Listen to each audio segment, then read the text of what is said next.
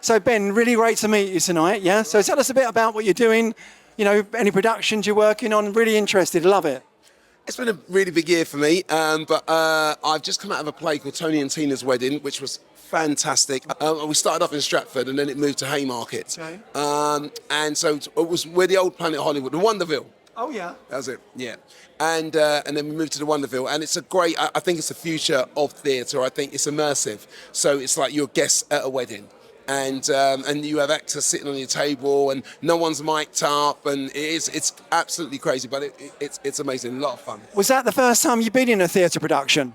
Well, I do Panto every year, but an actual more, yeah. So I do Panto, and I love. What you playing Panto? I played the Genie. I played Little John, Herman the Henchman, Dan Deeney. So a whole gambit of things. Which is a great thing because I'm a natural genie, like, you know, Panto, like an obvious one. Yeah. So it's nice to be able to play Dan Deeney and other roles. It means that, you know, that I could pretty much do a lot of different things. And I've been experimenting and treading the boards in Panto. So Tony and Tina's was a nice step up for me.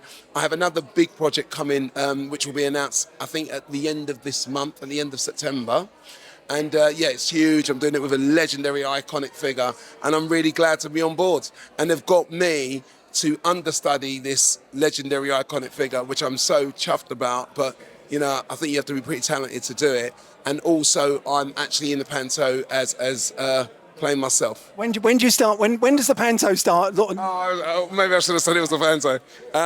It starts at the end of October. Okay. So tonight we're sort of championing prostate, which is a charity to do with, I say non-invasive, it's actually a treatment that actually focuses the cancer on men's prostates, yeah? And as you probably know, or whatever, 1 in 8 white Caucasian men get prostate cancer, 1 in 4 black men contract prostate cancer, so it's a real sort of thing.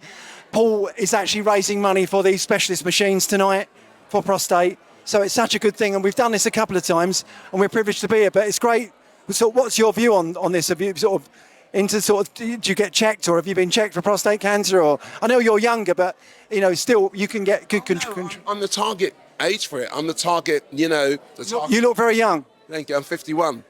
So I'm the target market for it, and with Afro-Caribbean men and with African men, or you know, I'm Anglo-Nigerian, so you know, same thing. So it's very high in our community, and one of the reasons is ignorance, and also the ignorance, like we just don't know that it's high in the community, and also there's a stigma about going to get checked up, and everyone thinks, oh no, I don't want anyone touching down there, I don't want it, and this and that, and it's just those kind of things, and so it's detected late, and once it's detected late, there could be more and more problems. Absolutely. But they've changed the way. It's uninvasive now, that they can check it without doing what everyone thinks they.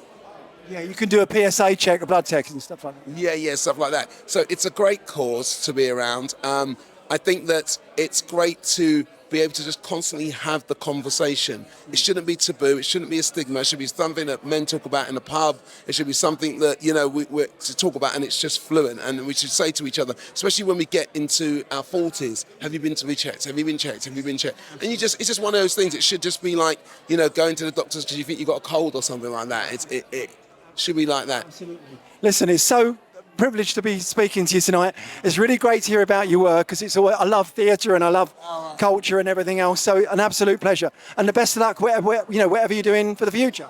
Thank you very, very much, and look out for it. It's coming. Brilliant. Thank you for your time.